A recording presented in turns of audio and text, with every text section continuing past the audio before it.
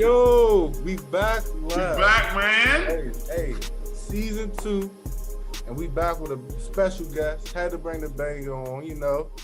Go ahead and introduce. My first, you want to introduce yourself or pause that? Yeah, of course, pause that. That's a little absurd. I was a little crazy. I told we coming out with understand bangers the and shit. energy, We man. banging stuff. We Man, back. Rogie, man, come on, D, get Hold your on. shot ready, man. Before we introduce you, man, you going crazy. Start out. You want to get an introduction or? Well, we got here today the most, energetic, entertaining, Okay. Exhilarating, Good word. magnifying, He been reading today. I can't think of no more adjectives. Sorry, but for real, man, we got my boy Manni on today. Here to chop it up with us, man. Go ahead, tell the people a little bit about yourself, who you are, and then we're gonna jump right in. First and foremost, before I even introduce myself, I think what you gentlemen are doing is amazing. I'm so glad to be you guys' first guest. If you don't know, I am the most energetic entertainer, Manni. Hello. What's up, man? Hot 179 radio personality. This is my last year at Georgia State. I'm also the live entertainment director at Georgia State. And, I'm doing my thing within the community. I'm an event host out of your favorite clubs. And I'm doing my thing around the city, man. People like y'all, man. You know what I'm saying? How y'all feeling today? Man, we straight, man. You Swiss Army knife right now. You ain't even graduate yet? I ain't even graduate. I'm a senior. God. All right, so tell it like going to school, what made you even pick Georgia State, and what's your major out there right now?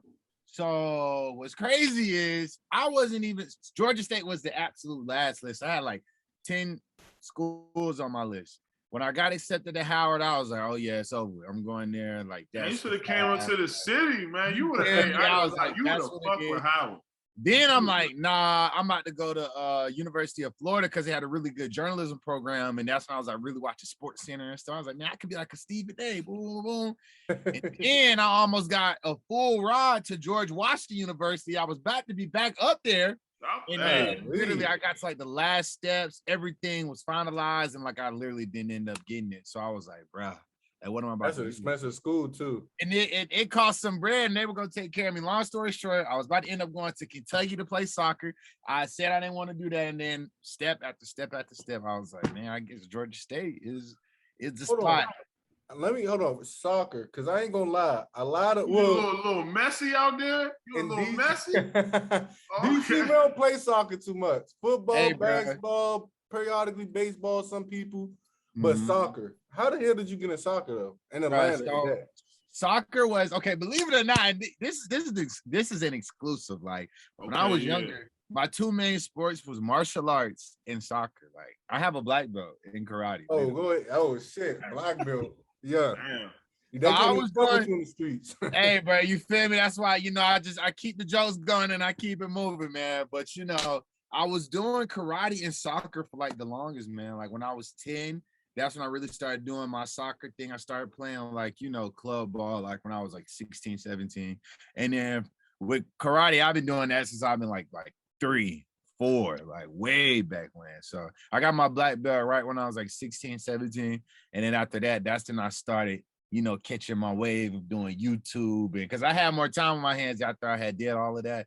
And I got a chance to really see what the entertainment side of life was like, So you was I ain't gonna hold you because doing karate requires a certain level of discipline. That ain't like other things like martial arts and shit. You know how to break shit with your head? Yeah, no. I can't break that with my hands. Just my hands. You feel me? Just my hands for real. Okay. But how do you feel I ain't gonna lie, you think whatever you learn in karate, I guess the process, because I know you get a yellow belt, if I'm not mistaken, a green belt, orange, and then you get black. But I know it's a couple stages to get to your black belt. Yeah, you right on point. It was a long process. It was a lot of times I was like, bro, I'm not trying to do this. Mom, I want to quit. I took a period of time where I played basketball. As you guys know, I'm not the best player. Yeah, you trash. I ain't gonna lie, you trash. You trash. So I had the mosey on back. And it was something that I just really felt good completing because, like you said, having that discipline is really key. And I find myself almost getting lost in the sauce, but remembering like your purpose with it, you know, even in the career and path of what I'm doing now, just, you know, I credit everything from discipline to my work ethic to martial arts, man, because it really played that role of keeping me like grounded and, you know, staying consistent, you know, and practice the thing, how you do a thing, the whole format, man. I think we're gonna roll you to that, man. Yeah, that's for sure, man. For sure. This my air shot, man. That's my air shot. Nah, because this talking about like how, you know, sports is real life like a disciplined thing, but also it show your dedication. Because just like you said, you started at 4, and then you kind of wavered off, tried to, but then you kind of came right back, right? And that's just like, that's why I think a lot of people who play sport, they can do whatever they want if they know how to gravitate that sport, whatever the thing, into real life. But like now that we just talking about dedication, discipline, right? I'm talking about YouTube, and back in the day, or currently you still vlogging, right? Yeah. And that's, we all know that's a long ass process, especially vlogging. Yeah. Vlogging is just like you gotta compete with everybody else, and your life gotta basically be exciting. Exactly. Or you have to be an exciting person. So like, let's talk about like you want to get to YouTube and like your dedication to that. Like, because right now, how many subscribers are you at? I mean, subscribers. Yeah, I'm at 10,000. I'm almost at like 1 million watch hours. But, you know, ever since I've been, you know, I'm more into the radio role and the hosting role. I've kind of taken a step back. But literally, bro, I tell this to people all the time. YouTube was my platform. And when I was coming up, because I was doing YouTube back when it wasn't cool to do YouTube. You know what I'm saying? Like I was doing YouTube back in like 2016, 17. Like this was way before you start seeing like people doing, you know, vids with girls, all types of stuff. I got my swag from people like DDG, Pretty Boy Fredo, like Clarence, Mod the Guy, Ty the Guy. And see, you know, it's crazy. I could say some of these people now are my peers, which I'll get to the point of explaining how YouTube's just career can expand your stuff to so much more. I remember I got my first really big jump. DDG came to Atlanta, and those were one of the vids I did. Like I did stuff like a promposal prank. I like vlog my prom and stuff like that. And people was just like, bro, what are you doing? I'm like, bro, I'm telling you, like, this is next. Like, people gonna start doing this. So long story short, I ended up meeting people like DDG. And I remember I literally have a video of him telling me, like, bro, next time I see you, bro, like everybody in here should know your name. You feel me? And that like resonated with me. You feel me? I was like, bro, like that was some legit great advice instead of just being like, you know, bro, keep it doing. I'm gonna be in your line. Like we actually talked for like 10 minutes, and it was a whole like 500 people left in line. So once I was able to take that you know, work ethic in me and building my following and my fan base, my freshman year of college, I was doing bids with girls left and right. I was doing that's when I first got a Streets 945. I was an intern. I did like a vid where I lost a basketball game. I was wearing a pamper. I went viral. It was people like Lucci, Trouble, RP Trouble, man. It was like a bunch of people that, you know, start catching on to who I was. And that kind of sparked my movement and everything that I was doing like in the city. So YouTube, I credit everything to. Let me ask you this though. So you at Georgia State, would you say your degree or your major was again? Journalism. So you know, you out a lot. Like, you know what I mean? Like you out a lot. You're a host, you know what I'm saying? You work at the radio station. Not only that, you are having your own platform doing YouTube. How are you balancing both? You know, how have you balanced both?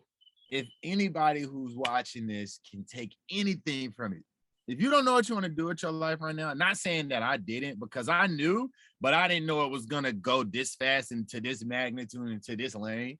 But I say college is the stepping stools to everything. So for example, like I'm the youngest person on staff here at the radio station by at least 10 years, right? Everything that I do hosting wise, everything is, I'm at least 10 years younger than whoever's doing that. Anything that I'm doing TV-wise, I did my stuff with MTV. We was trying to figure out if I was like, my mom was signing papers for me. You know what I'm saying? Like, right. I couldn't do stuff with the Hawks because I wasn't even 21 yet. So being in college is that stepping stone for people to be like, man, you're in school too? Like you're doing all this and you're still in school? Because believe it or not, college really does add to your network. You know, you're able to grab a whole different audience with people who are going to be getting those 6-figure jobs, who will come out to a club where you're at, or they dropping their kids off 10 years from now listening to you on the radio. So it's like, it's a whole different area of a demographic that you can master, whether you got like a small business, you want to be a host yourself, a comedian, what have you. You have lashes, nails, hair. It's a whole different area for you to be able to grow yourself and your brand. So I credit everything to Georgia State that I have going on right now. See, and one thing I can definitely respect though, Brody, and that's from one Rogie to that. That's Rogie. Yeah, I'm about to say we all graduates too, man. For real, college it just help you.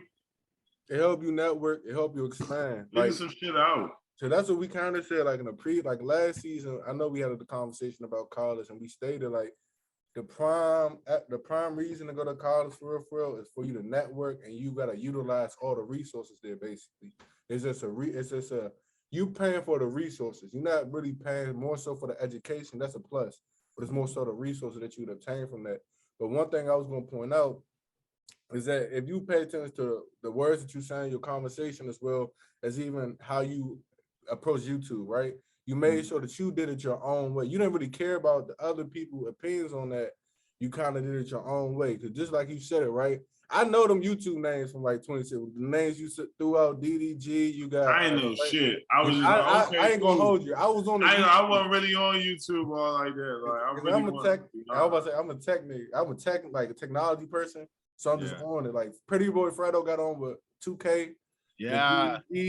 Changed the game, bro. Yeah, all them people. But like he said, though, Corey. Oh, I meant to mention my dog Corey, and Carmen. They changed the game. Armand and Trey Quinot, they changed the game back then.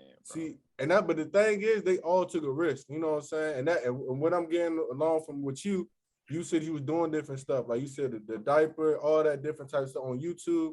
You doing your own thing. Like people wasn't thinking about it back then, but you took that approach. Like, what always gave you that confidence to just go ahead and just, put your foot out there?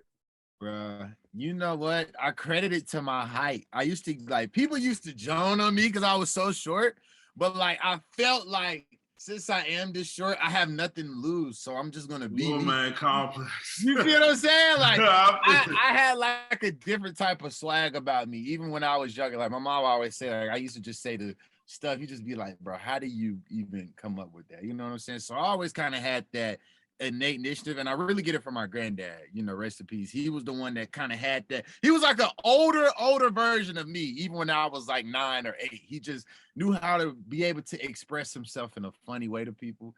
And I really just took that confidence and was like, bro, this is a platform that I don't really see anybody on right now, that especially in Atlanta, I could, turn it up. And, I could definitely say for the people who are doing their thing now in the city, I have great relationships with them because of, us just coming up and doing the same thing, All right.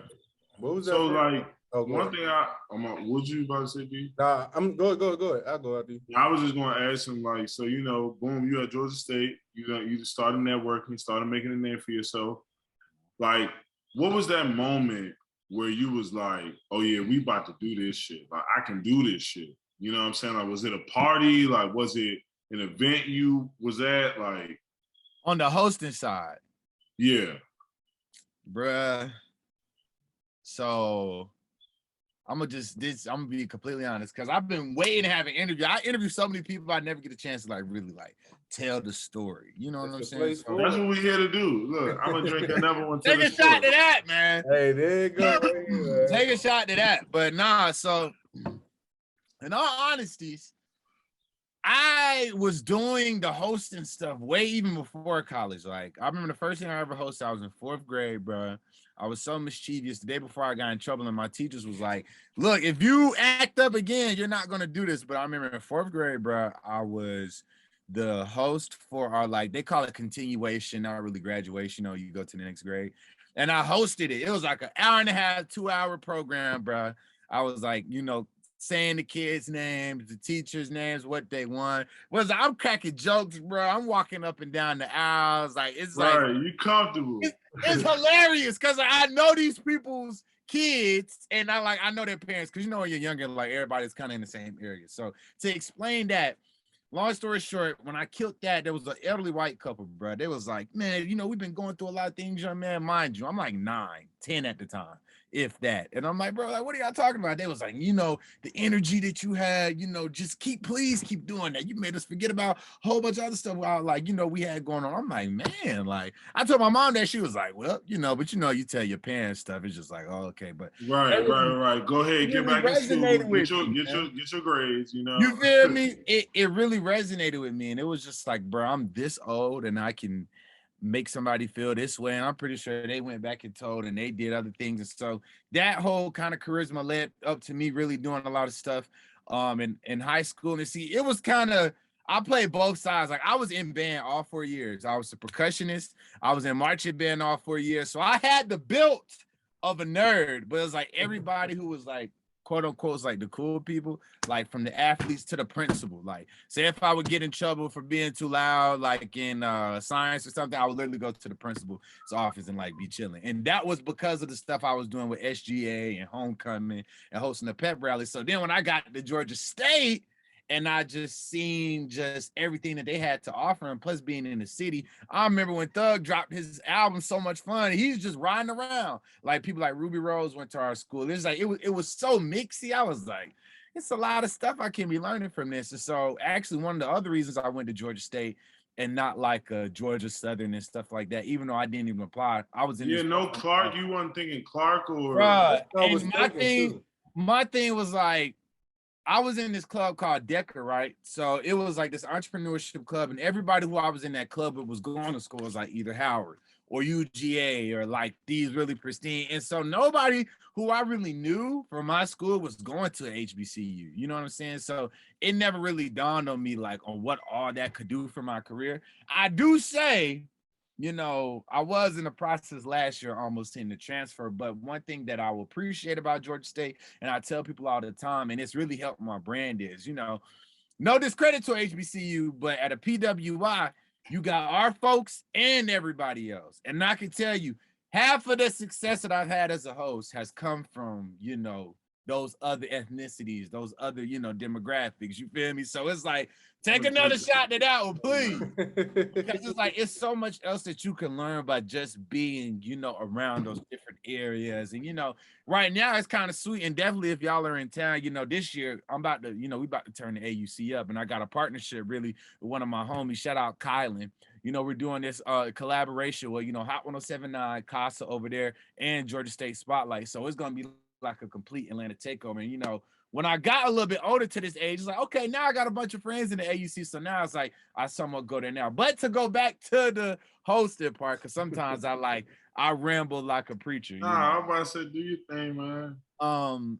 What really sparked it for me when I got in college was when I was at Streets 945, right? And I was an intern, and you know, being an intern, you supposed to be here and stay here. You know, you was answer the phone, do this.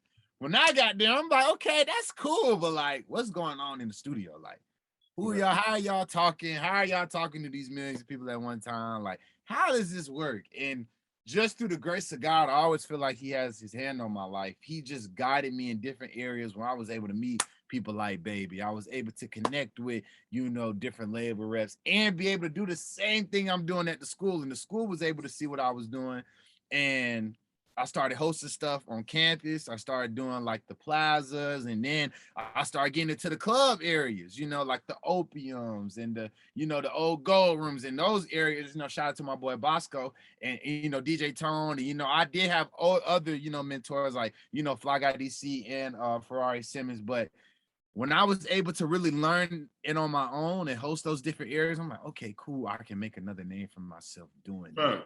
You know what I'm saying? And so that extra confidence and just being able to know that, okay, I can do all this and then come back to school and then wake up the next day and take a final and then go host this club. Now I'm like, okay, this can be like a little revolving circle of how I can grow my brand in the city. And that's exactly what it did, for real.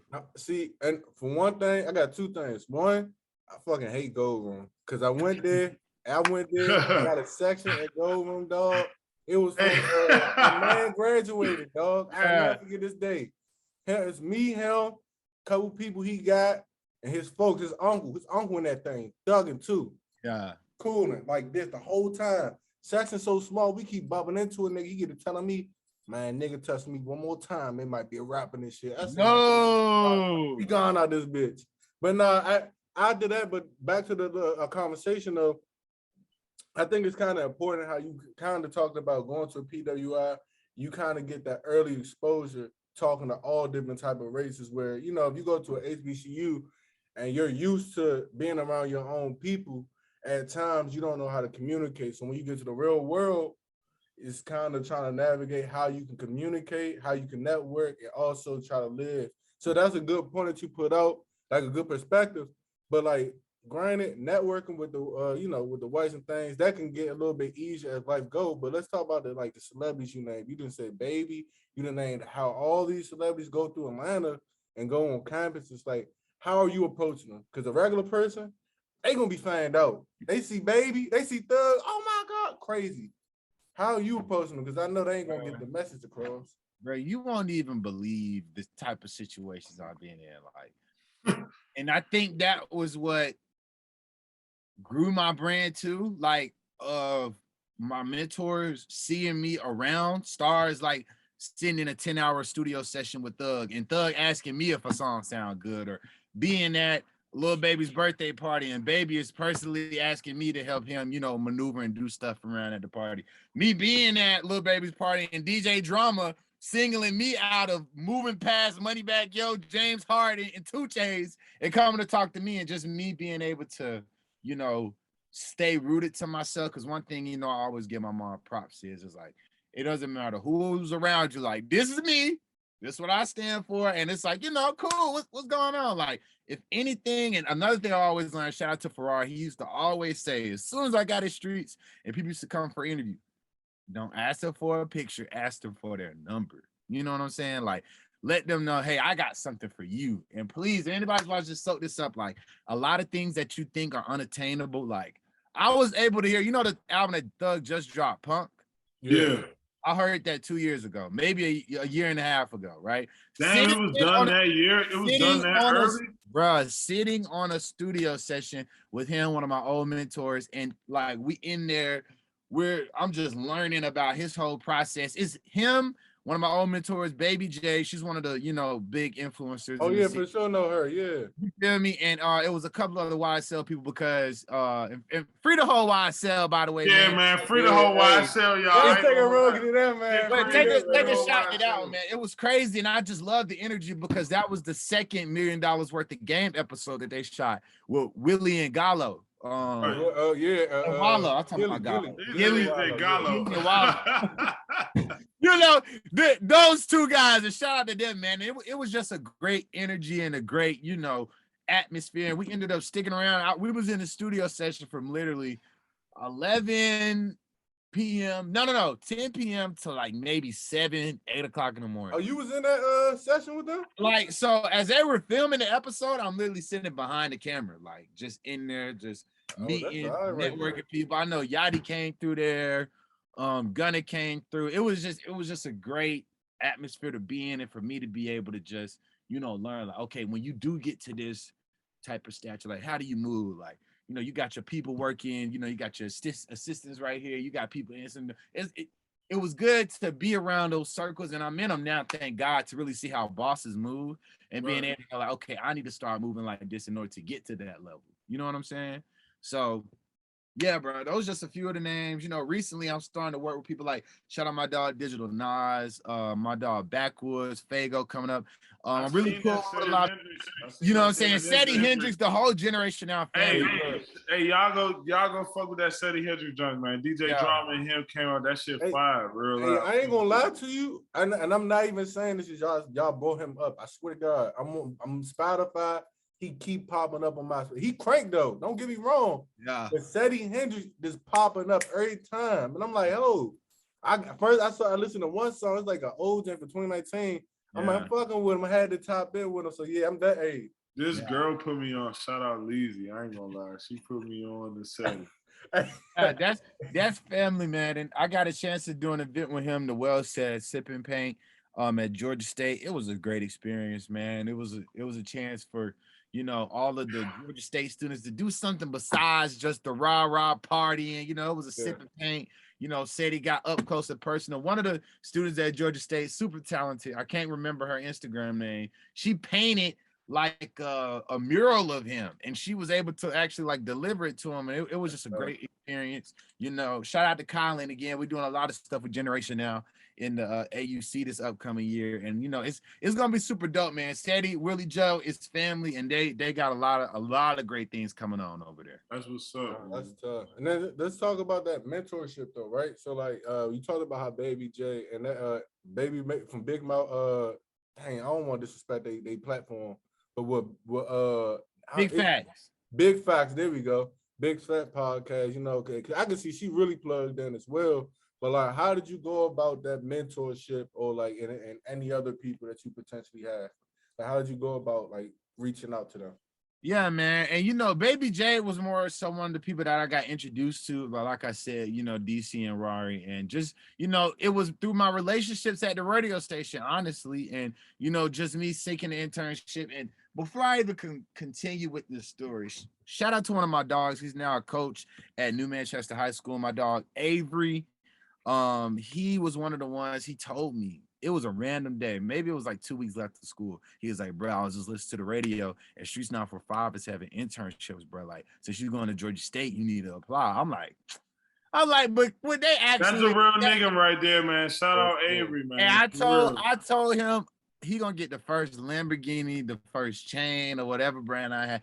He gonna have the first crib, because it's like that is what put like that was like God turning my head, like, look, you know what I'm saying? Like, this is what I have for you. You feel me? And me not thinking, I'm like, you know, maybe I get it. Turns out I was one of the only people that, you know, got brought on for that internship process. And it was just like, imagine if I would have just took that leap of faith and listened to him, or just, you know, followed up, and, you know, plus that whole story of how I got there is crazy. But to go back to what you're saying, seeking those mentorships, you know, I'm gonna be a completely 100% transparent, but when I first got in the game, it was a lot easier because, you know, it was just like, oh, this little bro, you know, he doing this thing, and, you know, he had Georgia State and stuff like that. But how the game goes is when they start seeing you with your own motion, it's like, well, I'll put you on to this. How come you doing this? And they not asking me to. It's like, I'm trying to help this situation. You feel me? Like, I'm just doing me.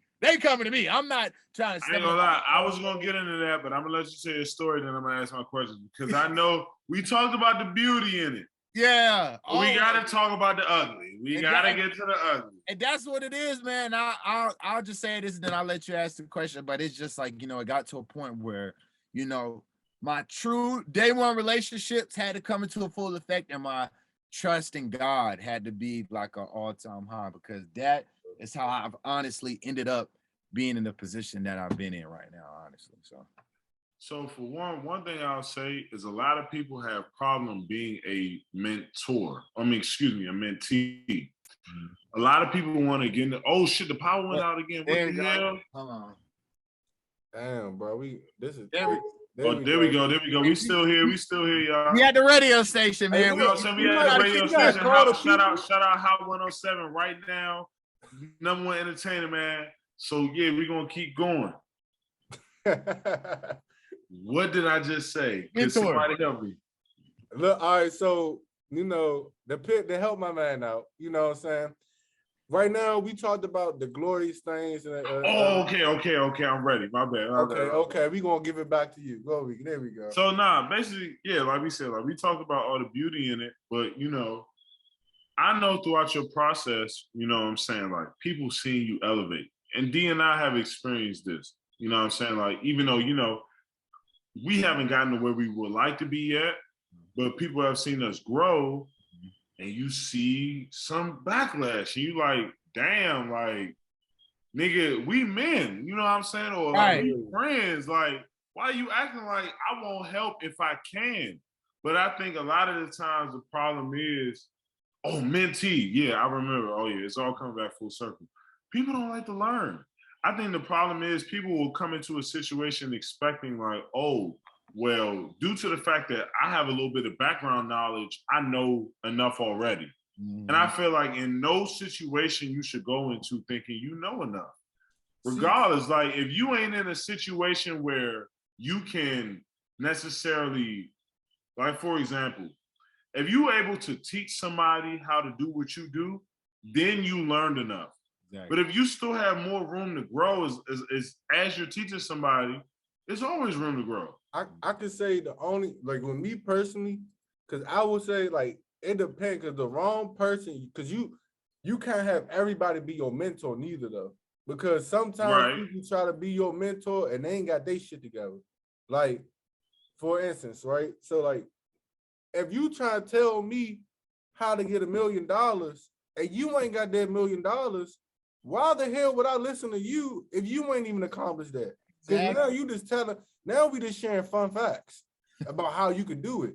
So like, I'm just playing devil's advocate. Yeah, because I mean, but what I mean is more so like, why would you ask to be a mentee to somebody who can't help you? Who can't do it? You know what I mean? People put their I don't think that would be the, you know what I mean? I don't think that would be the, if there's somebody who you feel like is a fraud or might not necessarily be what they're portraying to be, I wouldn't want to be a mentor to them mentee to them unless I'm absolutely sure. Now, in cases like his, you know what I'm saying?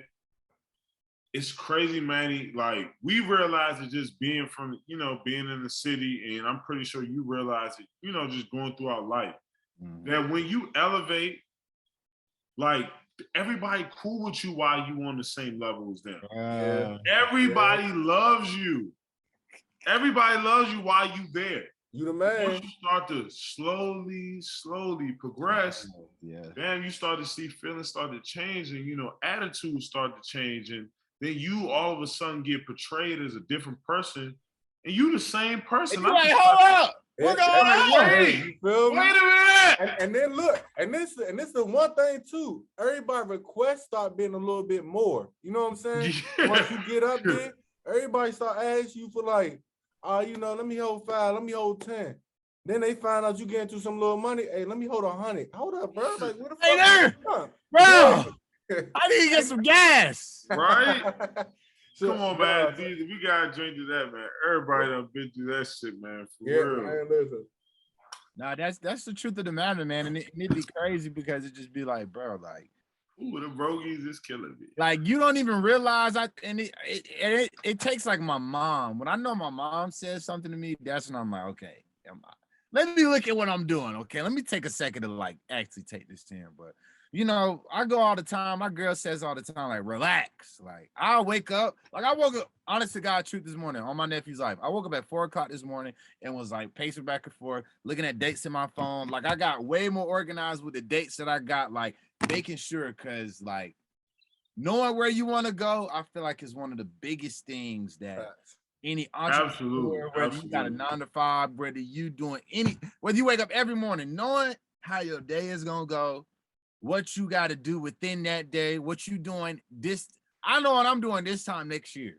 Like, that's how in advance and prepared you should be for your future. But I say all that to say, bro, just being in the industry and, you slowly but surely grinding and moving up in the ranks, you don't even see it, right? How I know I'm moving up is when I see people around me dropping, if that makes sense. Like, I get it. If my circle is changing, because, I can't be out late tonight because I got to go to a later meeting in the morning. I can't do all this because I'm like, you got to keep moving it.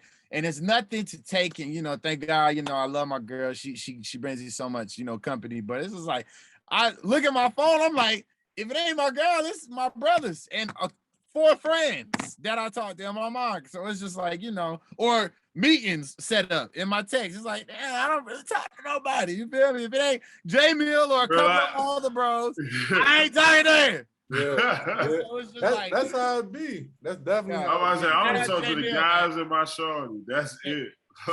Shout out J Mill, and it just be that process. And sometimes I feel like when the time is right, the circle will get back to what it needs to be, but it'll be everybody put in place for a reason. So, and let me ask you this though, right? Because you brought up a great point, distractions and everything, right? because we all are on the same page where it's just like right now we trying to better ourselves, so we occupying our time, right? And really, if we gonna communicate, it's like selective, like loved ones, you know what I'm saying, like brothers, close family, as well as our girl, right? But I can say with me and Kel, me and Stacks, it's different because we moved from where we live from, right? And that could have been a distraction where we hanging out with all our friends from high school, all our friends that we made in college, all the people that like, granted, they might not trying to like, we're not ever gonna belittle our men, but like they might not have the same mission or might be geared to the same path as far as like our dedication to what we want to do. So they're out late, they're out partying, they're doing all that stuff or whatnot. How do you distract it? Because granted, you from the A.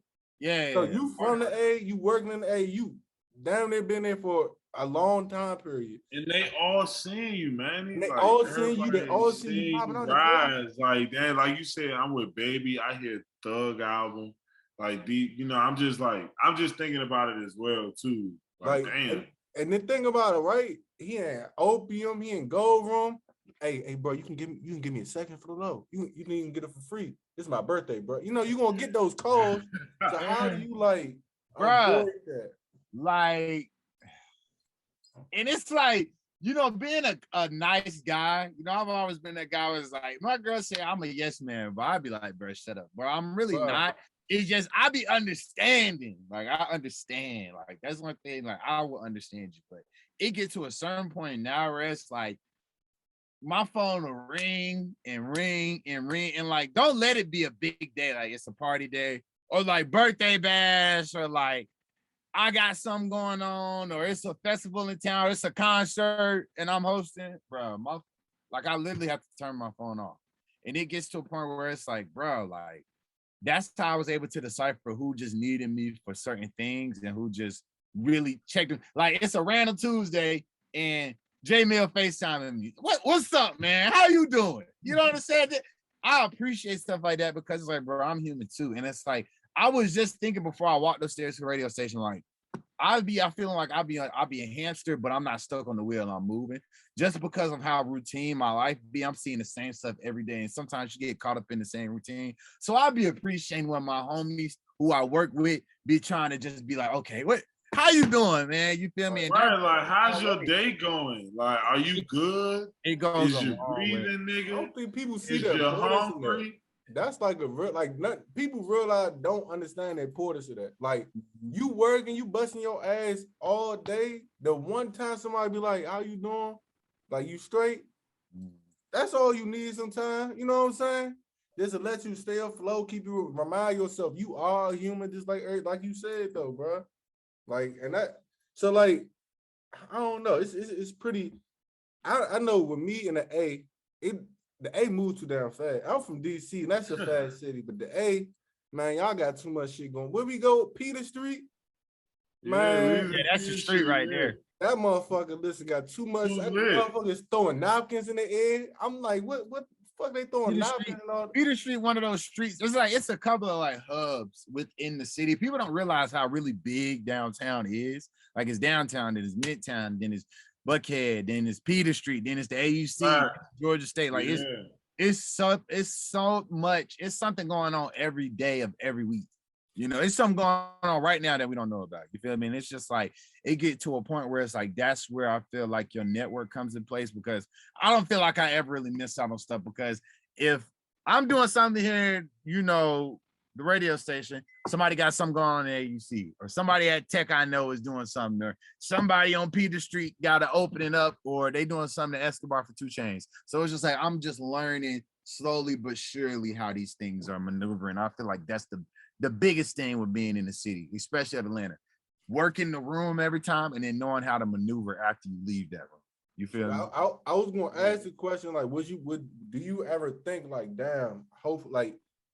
Or do you ever think, or have you ever seen somebody like in your realm and they try to be around, let's say the rappers and everything, and they get too sucked in and they fuck up all their chances, right? Because it moves fast. And of course, at times you're going to want to keep up with certain people and then that fuck you up in the long haul. Like, have you seen that? Or like, what's some reminders to keep you from doing that? And it's like, and I hate to say, I'm not saying this, like I'm not downing nobody, or I'm not saying you're not, messing with me or nothing, but I talk to my homies all the time. Shout out to YDI Twins. We got a lot in store. Shout out, one of my business partners, Kylan. He's about to be the next Diddy, the best, the next Jay-Z. I'm telling you, the way this man mind thinks, he's on one. And we've been meeting. I hate to spill my beans, but I've literally been in meetings for the past 2 weeks, like 3 o'clock to 7 o'clock, just outlining how is from this time to next year gonna look. You feel me? And those gentlemen right there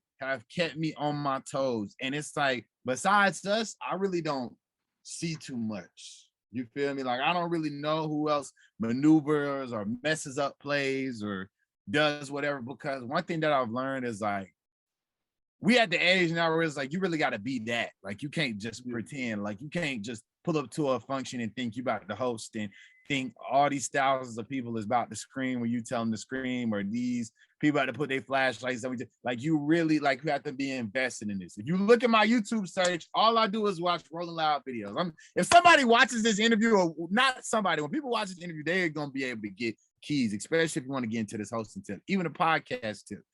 I'm subscribed to Breakfast Club. I'm subscribed to Rolling Loud. I'm subscribed to all these artists because I need to know what's going on, whose music videos dropping, how are people's performances. I have a notes thing in my section of stuff that I know to write down, like, okay, of how to get the crowd going. It's like, it's a science to everything, and that's what I tell people. And being able to work your room and know what to do with artists is one of the biggest things that I've learned and have had to get adjusted to, especially when it comes to, everything is an elevator pitch. So if I'm meeting the artist for the first time, bro, you really got 10 seconds to say something that's going to spark their interest. And 9 times out of 10, a lot of people just say something like, okay, talk to my folks. But I don't know if it's God, but every time I see the talk to an artist, me and them end up really locking in. We got some interviews on the way.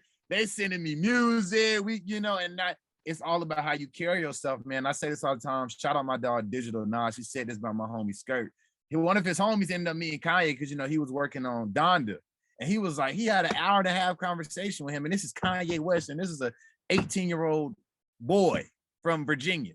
How does he have any type of relation with that? How can he hold an hour-and-a-half conversation with a billionaire? And it's all about Kanye West, y'all. I ain't gonna lie. It's all about your aura, bro. How you present yourself, and what you have to offer, and what you do on a daily basis without meeting or doing anything with anybody. You know what I'm saying? So that's what I say is one of the biggest things when it comes to being able to maneuver, work your move, and especially, do things with artists and things of that nature. So what's that key point with the elevator pitch though?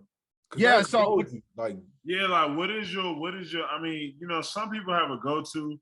I remember like my go-to when I used to, for example, like, being at Birthday Bash this past year, I was telling them like, look, if you're looking for additional exposure, ways in which, you just want to expand your brand, holla at me. You know what I'm saying? I do podcasts.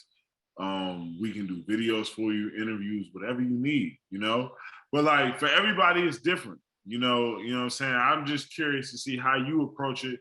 Obviously, your leeway is, hey, I'm the radio station. Like, you know what I'm saying? Like, hey. And what's crazy, bro? A lot of these people, and I'm sorry, I'm looking at, there's so many people that filter in here throughout the day, but a lot, like, for example, at Birthday Bash, like you saw when people would bring up to the room, the artists, when I open my mouth, they're like, yeah, no, I seen you at Obion, or no, I seen you. I'm like, oh, for sure. Like, and that's what I tell people, like, half of the artists or the people, and a lot of times you'd be surprised. It's like, be cool with not just the artist, because the artist could be in a bad mood one day. The artist could be, going through a lot. Look at who's around the artist. Look who's the friend, who's the cameraman, who's the manager. Get those people numbers. You know what I'm saying? Because you know how people are throughout the day. And that's what I say, always treat everybody how you would treat your mama. You know what I'm saying? With respect. Make sure when you out, you doing what you got to do so that your face card is more important, is more important than money. It's more important than your job. It's more important than anything that you have in possession, because if people remember your face from a good response, oh, it's like, yeah, nah, that's bro, or stay straight. But long story short, what I say, and it's crazy because I say this to myself all the time, like, yo, you know what I'm saying? I'm Manni Supreme, Hot 107 radio personality. I also orchestrate live events and concerts at Georgia State. By that time, they're like, okay, well, you know what it is. But before I got all that and was on the radio and doing all that, I was like, yo, look, my name is Manny. I do, well, let me think of some. I want to give you guys like a real good instance of when. I think this was back, like I interviewed Lotto. I interviewed Lotto for the Hawks. Shout out my dog. I was gonna ask you about that too. So after you say that, I'm gonna carry on with that one. Bruh, I was still an intern at the radio station at Streets. They was, you know, I really wasn't doing anything over there. I was doing my thing at Georgia State though. Now, mind you, how many college people do you meet on a daily basis, right? It's like, you know, few and far between. And then what are you doing? People down there every day at college. You feel me? And it's like, what do you have to offer that you're now in college? So it's like, you know, I remember, and it was kind of a cheat code too, because her DJ is like one of my close homies. Shout out DJ Vine. But when we did the stream, it was like, okay, well, you know, he got something going on with the Hawks, but you know, what else is there besides this?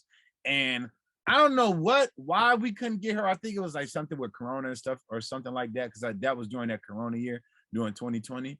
But I was like, yo, you know, I met you a while back at Von's birthday party. This is a conversation I had with Lotto. She was like, yeah, because everybody was, you know, turned up that night. It was just a good vibe. Like I said, from that past experience, I didn't, you know, bombard her with, hey, you know, I'm such and such and such. Like, nah, we here for Von. Like, it's not about me tonight. And that's another thing that I tell people, like, being selfless. Like, you don't always have to, like, it's always good to say something, but make sure it's the right moment too, because a lot of people like jump the gate and it's not the right time. Always make sure that you do things at the right time. And so I had her for an interview. That's you know that though, like for the people watching, you feel me? Like obviously I feel like you learned the right time due to experience. Mm-hmm.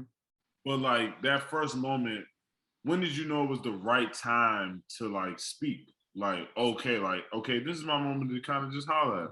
Bro, we actually, after we got done playing the game, we were joning on Vaughn.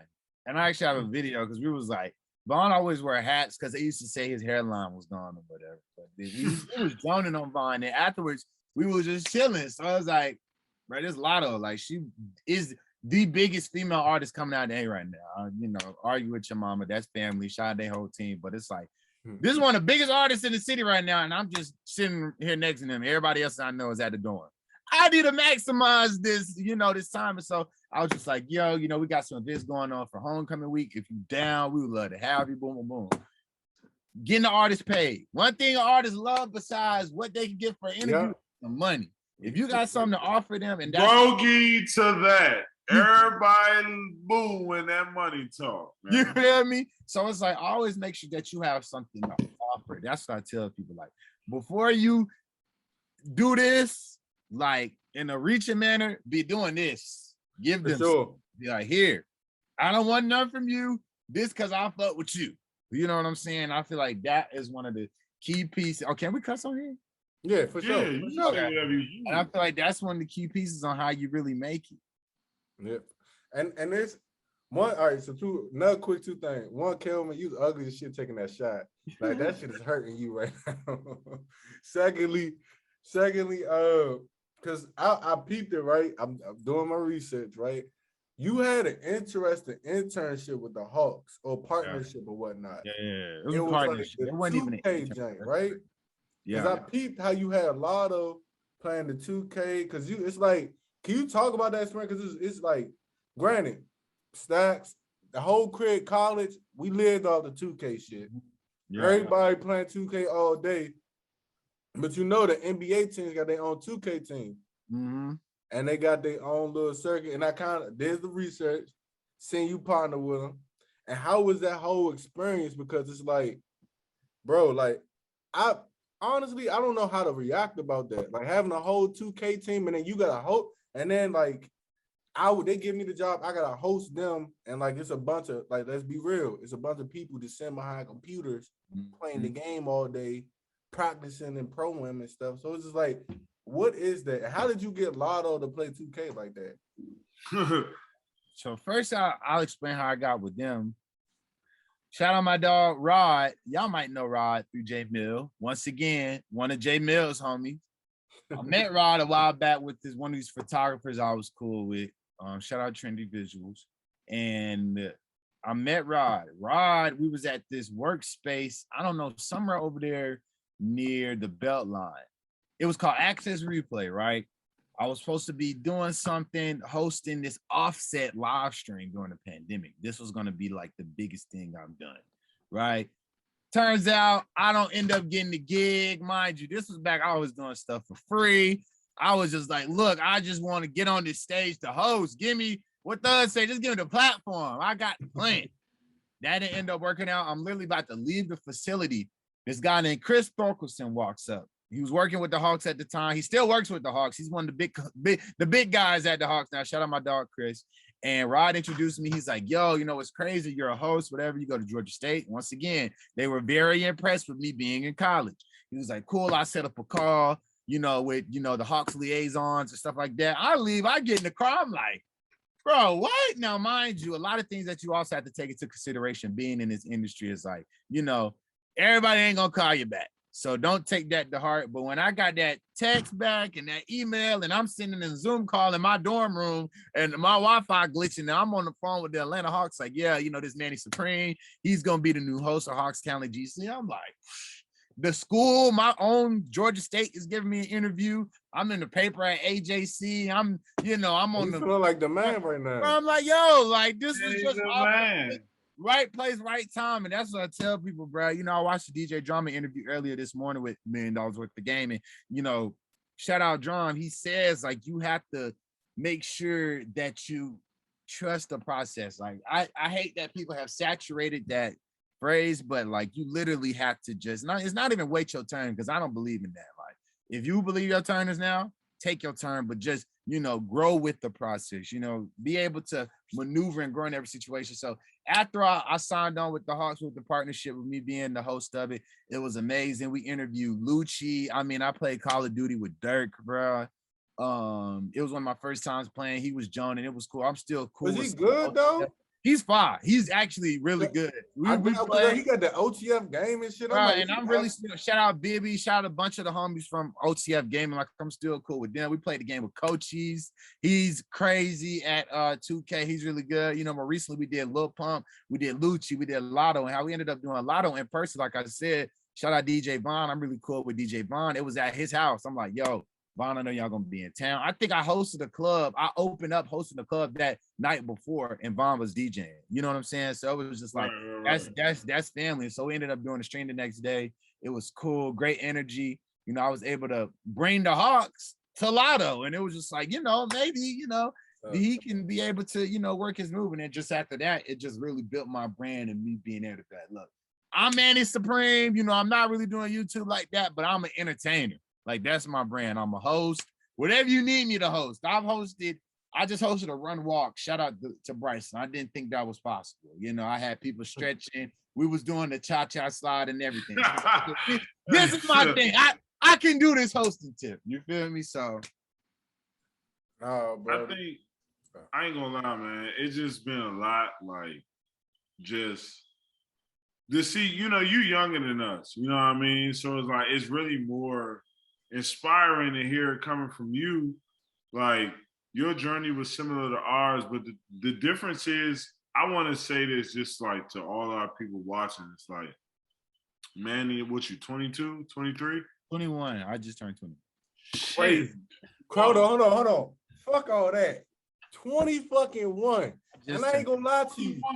You listen to this episode, he's name dropping heavy hitters, fool. It's not like no poo putts. These are heavy hitters. Nigga, like, I ain't gonna hold you. The $1 Million Worth of Game shit with Thug and all that shit went viral. He like, I was behind the camera. I'm just cooling. You heavy? I could have literally Thug motion for me and DC to come into the episode. I was like, nah, because I just want to be able to learn and watch. And then when I said no, they gave him like, he don't even. I'm like, bro, I'm not here for that. You appreciate niggas like that, cause you gonna always stand. The person who just want to sit back, learn, and soak it up is the person who's gonna go further. The person who's gonna get more appreciated than the person who just want to be in the spotlight. because they ain't even got shit to offer in the spotlight most of the time. But that person who behind the camera just trying to look at everything, understand it, they trying to work to get something so that when they have it all, now I can be in the limelight because I can present something to you. And it's like complete. You know what I'm saying? I like presenting things as furnished, fully. I just think it's just like I always love, me and D always talk about it all the time. Like, you know, we like learning from people younger because the problem is like niggas our age, time is up. You know, because they didn't pop when, you know, might you know, not necessarily when they wanted to. But like, to me, it is hearing you describe it and just, you know, all the experiences we went through is just like, damn, like your timetable is your timetable. You have to stay consistent. You have to be hungry, and you have to be dedicated. The discipline that you gain from martial arts and doing any sport helped you gain that discipline in the media industry. Yeah. You're an entertainer now, but that requires discipline too. You know what I'm saying? And I feel like all of our life lessons have translated in order for us to be like where we are today. Like, damn, like we done learned all this, and like we didn't give up though. You know what I mean? Like a lot of people, I'm pretty sure you know people you've seen over the years, and they haven't been as many years as us. Yeah. But people we've seen have stopped. People are like, damn, like, you know, like it's just overwhelming, or it might be too much. But I want people to take away, like, you know, what you did and what you are going to continue to do. And like, I ain't gonna lie, sky's the limit for you. Like, from the first day I met you, legit, from the first day I met you, one thing is like, I don't know, like I've always been blessed with understanding like certain people are just special. Like God really give like certain people certain abilities like young. You just can gravitate and allow people to like, allow them to gravitate to you. Like people just like fuck with your personality. Us as well, like we always wonder, like, damn, like why do niggas fuck with us? Like we just be chilling. Yeah, like, exactly. I swear my life, like we just be fooling, like real life. In you, it's not on. It's a blessing and a curse. It's a blessing and a curse. Real shit. They ask you for a lot of shit too. They ask you to come out, ask you for a lot of shit. It's a blessing and a curse too. Yeah. For sure. Yeah. But I just think, you know what I'm saying, just to wrap it all up, you know, like I just took a lot from everything you said, your journey. And like, you know what I'm saying, this 2022, we cannot wait for the years to come, you know what I'm saying? Having this interview with Manni talk about how this process was then, let's see him in the next 5 to 10 years, man. Like, I'm just appreciative of the fact that, you know what I'm saying, you came out here, you fuck with us, you really put niggas on. Like, regardless of whatever, you know what I mean? Like, you really put people on, like, how to survive in the industry. You know what I'm saying? Because all of us, like, we in the media and entertainment, you know, we're going to deal with entertainers, like, as far as rappers or actors or whoever the person may be. Yeah. It's more so, like, just really, like, how, you know, to handle yourself as a professional. I feel like that's what I'm doing. I say that all the time. To go back to what you said, bro, about your own timeline, like, bro. Another thing that put me at peace, because like I said, my girl all the time says, I'm like, you always worried about this. I'm like, okay, you right. Some days it's good to just enjoy the journey, because I see this thing all the time. I think Joe Rogan posted it, or Joe Budden, but it was a skeleton running and the money was in front of them. Then the skeleton, like the human fell off, and then the skeleton fell into the grave. It's like, you can't chase the bag. My homie Bosco said that today. We gonna always get to the bag, but the reputation, build an opportunity for other people. That's what it's about. You know what I'm saying? And hell, Taraji P. Henson to get her first acting gig till she was well out of Howard. She was well graduated. Samuel L. Jackson didn't get his first gig. Wait, he was 40-something, 50. Like, come on, bro. So it's like, take your time, bro. Take your time. Like, and to piggyback on both of y'all real fast, Brody, it's like, for one, Halle Berry, right? Because and it's crazy, right? I was just having this conversation with my girl, just talking about people who have not, they had to hit their prime later. Like, social media kind of programmed us to try to win now, but it's always later. Like, Halle Berry, the baddest motherfucker back in the day walking, was dead homeless in the car. I'm talking about homeless, couldn't get none to work, and she found a way. And she said, you know what? I'm going to make myself look good. Like, I'm gonna make sure I present myself well, because I always felt bad. I always felt like I was, you know what I'm saying? Because she was never in a good position. Then she came out, be the baddest thing in Hollywood. And it kind of, and just like translate how everything takes time, just like with yourself, right? You did like a different route than most kids did. You know what I'm saying? You did karate. A lot of people don't do it. I for sure don't know karate. And you a black belt. I don't know niggas got black belts. You feel me? I don't know a lot of niggas with black belts. You didn't play the band. You was in a band, but you still found a way. You know what? I'm gonna be myself, and everybody's gonna love me. I don't have to switch up for the approval of everything. I think if anything, listen to this episode. That's one thing that people should get from it. For sure. Being yourself will open more doors than trying to be anybody else. Because you being yourself and you was comfortable with yourself at an early age. Once you got to the other ways, you're like, you know what? I know myself. I know my worth. Exactly. I'm gonna go ahead and present myself to the best ability, but myself, not nobody else, but myself. And then these doors gonna open, man. So I want to say this is a great podcast, Brody. I appreciate you jumping on the platform today, Brody. Man, thank you. It was blessing. And this is the first episode, season 2. Sorry for the long wait, y'all. We back. Hey, these boys coming harder than ever. I'm telling you. Hey, Gilly and Wallow said that they about to sign these boys. I'm telling you, it's gonna be the next hottest thing. We might sign their ass. We might sign their ass. I'm telling you. Hey, nah, but look, man, it's Rogue Souls, great episode, man. We about to log off. Listen, Manny, you got any last words for the people? Any last words? Hey, man, if y'all, like I said, y'all thought y'all seen something. Y'all ain't seen none yet. You feel me? All my supporters, all my family, I appreciate y'all.